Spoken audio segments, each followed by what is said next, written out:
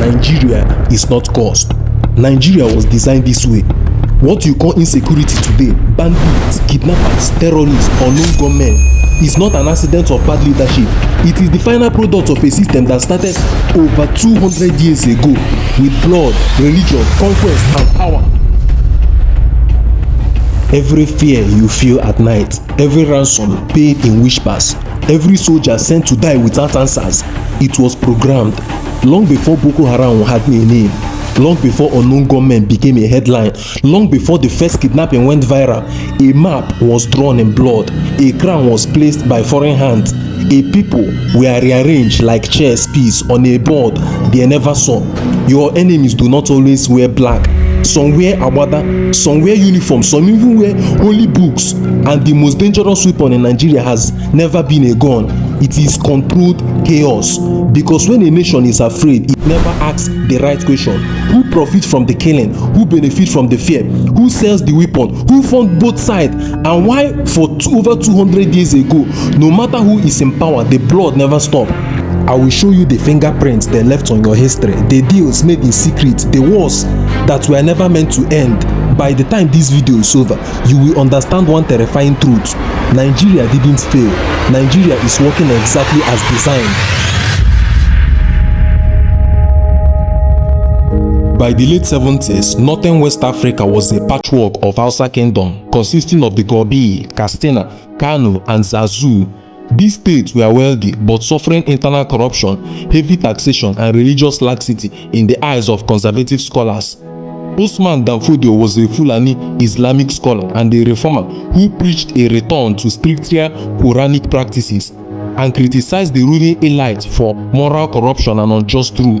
His message attracted large following among both the Fulani pastoralists and Hausa peasants who felt exploited.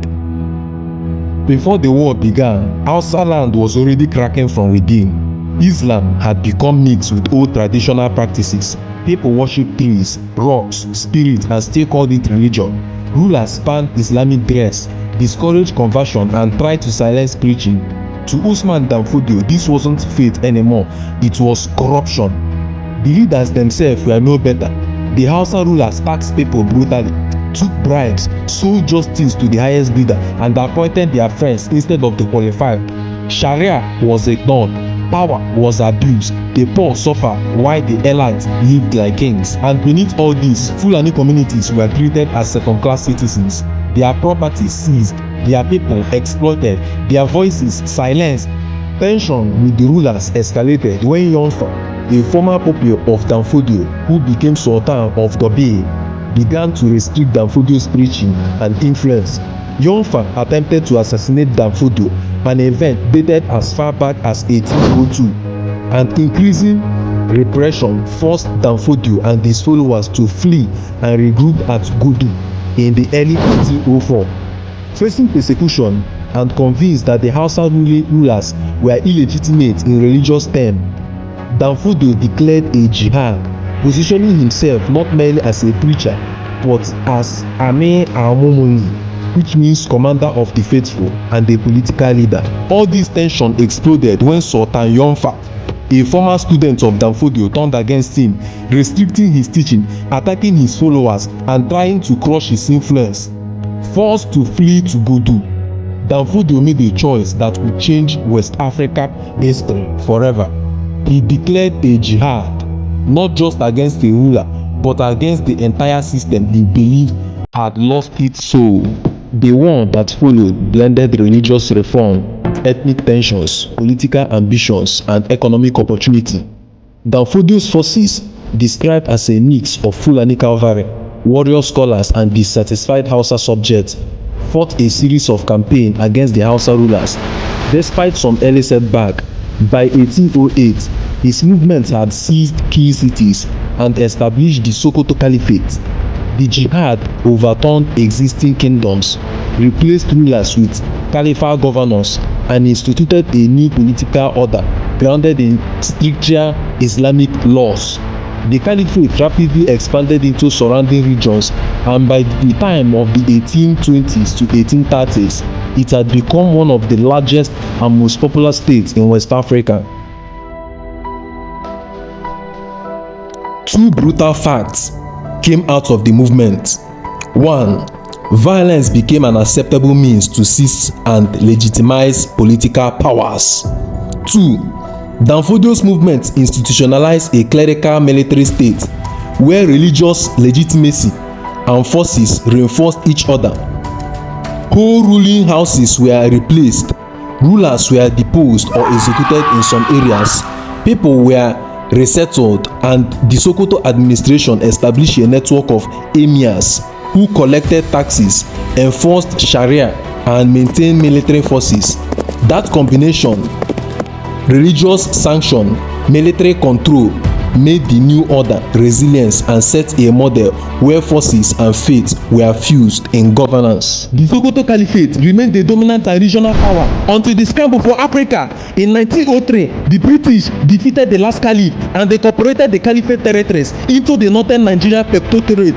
The British then used the policy of indirect rule, co-opting the emirs and traditional structure rather than dismantling them, which preserved the Caliphate's social and political influence inside colonial and later independent Nigeria. That continuity meant that the structure that Fodio helped created survived into the modern state institution we call Nigeria. The jihad legacy is complicated. On one hand, Sokoto created durable Islamic institutions and scholarship that still shape northern Nigeria's identity and law. On the other hand, it normalizes violence and political currency and created powerful local authorities, emirs and aristocracies with deep ties to state and informal power network. In the modern day, some extremist groups reference Sokoto jihad rhetorically to claim historical legitimacy, but modern militant differs in aims and method. More important for your narrative, the pattern of using religion to legitimize armed takeover, elite using force to sustain power, and the external actor shaping outcome created a historical template where violence becomes a recurring tool of politics. After the caliphate was established, the elite class emerged, a ruling class, a warrior class, and a silent suffering class. Raids became normal. Expansion became a lifestyle. Fear became control. This created something dangerous, a culture where power comes from force, authority comes from fear, and obedience comes from survival. Insecurity didn't start as a crime, it started as a strategy. When the British arrived, they didn't remove this violent control structure, they upgraded it. They ruled the north through the same caliphate system. They called it indirect rule, meaning old power stayed in place, old fear stayed in place, old violence stayed in place. But now it served a foreign interest. Insecurity became deeper, more organized, more political. This was the moment violence became institutional. After the independence, the gun did not disappear. It just changed uniform. Military coup, civil war, ethnic cleansing, political assassination. Power was no longer sacred. It was contested with weapons. Violence became the fastest route to relevance. From that moment, Nigeria never healed. It only recycled trauma. Today, insecurity wears many marks: banditry, terrorism, kidnapping, cult war, unknown gunmen, but they all drink from the same river: poverty, failed leadership, weak justice, weapon proliferation, political protection. The foot soldiers are hungry, the commanders are protected, weapons arrive faster than food, ransom moves faster than justice, and fear spread faster than truth. Here is the part they don't want you to understand. Insecurity is no longer a problem, it is now a business. Security budget runs into billions. Emergency contracts are signed in silence. Weapons are purchased endlessly. Relief fund disappear. If peace truly comes, some contracts die, some budgets shrinks, some pipeline close. This is why insecurity reduces during election and explodes after. That is why soldiers fight without proper equipment, but politicians move with armored wars and armored cars. Fear has become a currency, and as long as fear pays, insecurity will never end. Nigeria is not unsafe because we are weak. Nigeria is unsafe because violence was rewarded, fear became profitable, and blood became negotiable. This is not chaos, this is a system.